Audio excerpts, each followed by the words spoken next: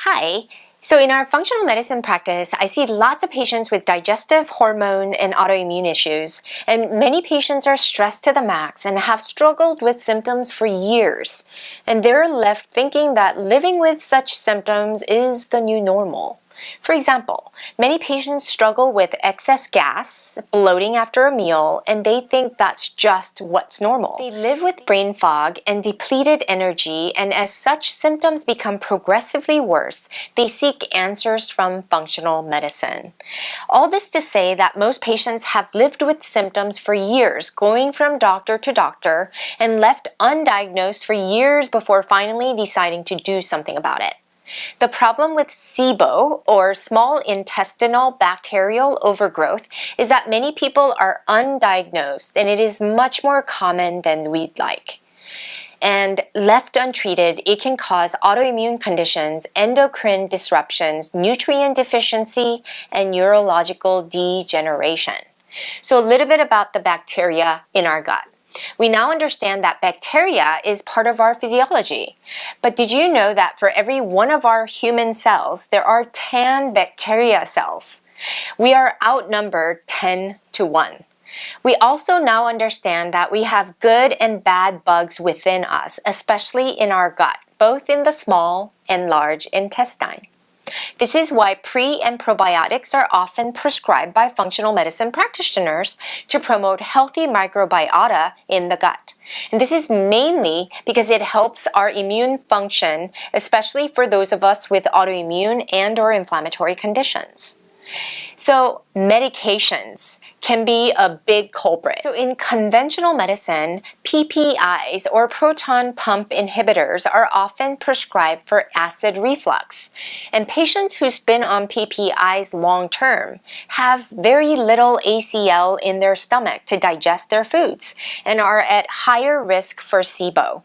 Also, patients who's taken corticosteroids, antibiotics, or other meds are more prone to an imbalance of good and bad bacteria, which has an impact on the health of their gut.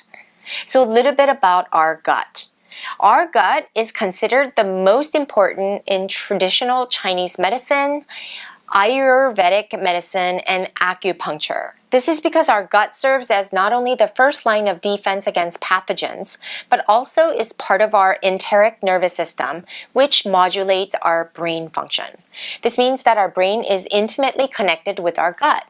We have our stomach, which breaks down food, then gets pushed into our small intestine for absorption, and then down to our large intestine to make feces so we can eliminate toxins and waste. The problem is when there is an overgrowth of bacteria in our small intestine.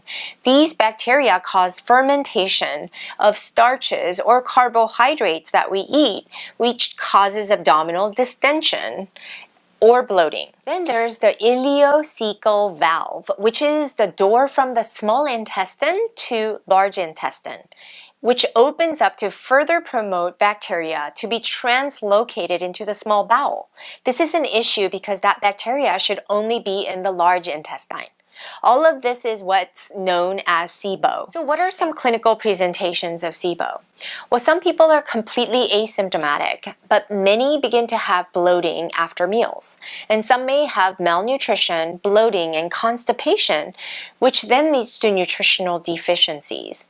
And when patients have severe symptoms, they can have bloating, anemia, decreased albumin, decreased cholesterol, weight loss, chronic diarrhea with malabsorption, slowly wasting away. As we get older, the problem gets worse as it begins to affect our brain deterioration, leading to dementia and/or Alzheimer's.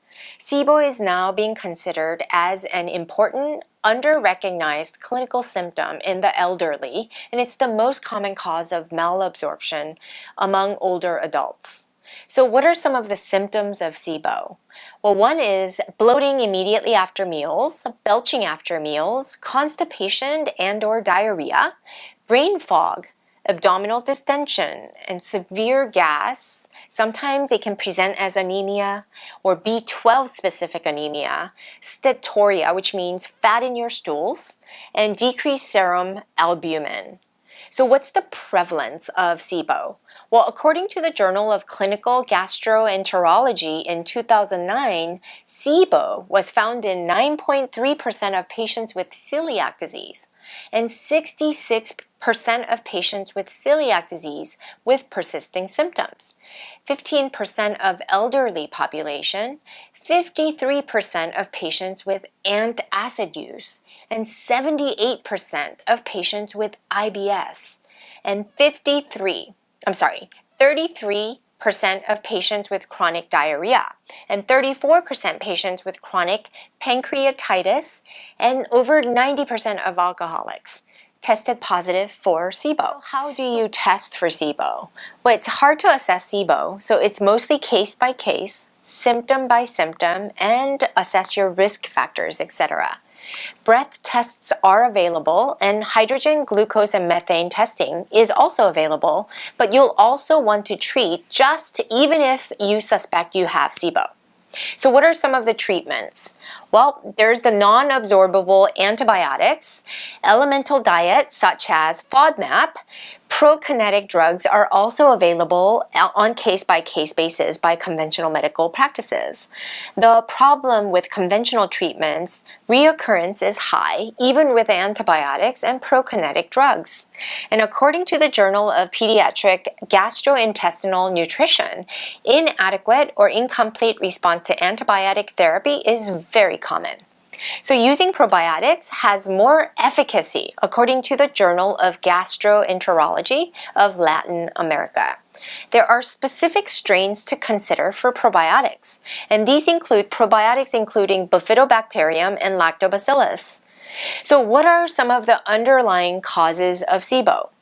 It's not enough to know you have SIBO. It's also important to understand the underlying mechanism for your condition. For example, if you have excess stress, take acid reflux meds, have taken corticosteroids or antibiotics, or have an autoimmune condition, you should get yourself checked and treated. Because I have lots of hypothyroid patients, it's now understood that over 90% of hypothyroid patients have an underlying autoimmune condition. And if you have hypothyroidism, there's an increased chance of SIBO due to the intestinal peristalsis dysfunction. This is because your vagal nerve is affected. So there is not only a risk for interference of thyroid medication absorption, but also less receptiveness to thyroid medication. Just so you understand, peristalsis is the motor activity of your gut's ability to digest food. There is a motor component, not just a biochemical component, but it has to contract to let the food go down. And that's being affected. So as you can see, this can affect many symptoms down the chain, or many systems down the chain. And if you or anyone has issues that may indicate SIBO, we're glad to help you find appropriate treatments to not only reverse your symptoms, but to prevent this issue from becoming a medical condition. So the link is down below for our alkaline nutrition therapy, or you can call us today, 678-335-5566, and we've also included bibliography for the referenced journals in the blog today. Please visit us at alkalinewellness.com, as well as to subscribe to our newsletter on our website, alkalinewellness.com, as well as follow us on our social media feeds such as Instagram and Facebook. I'll see you guys next week.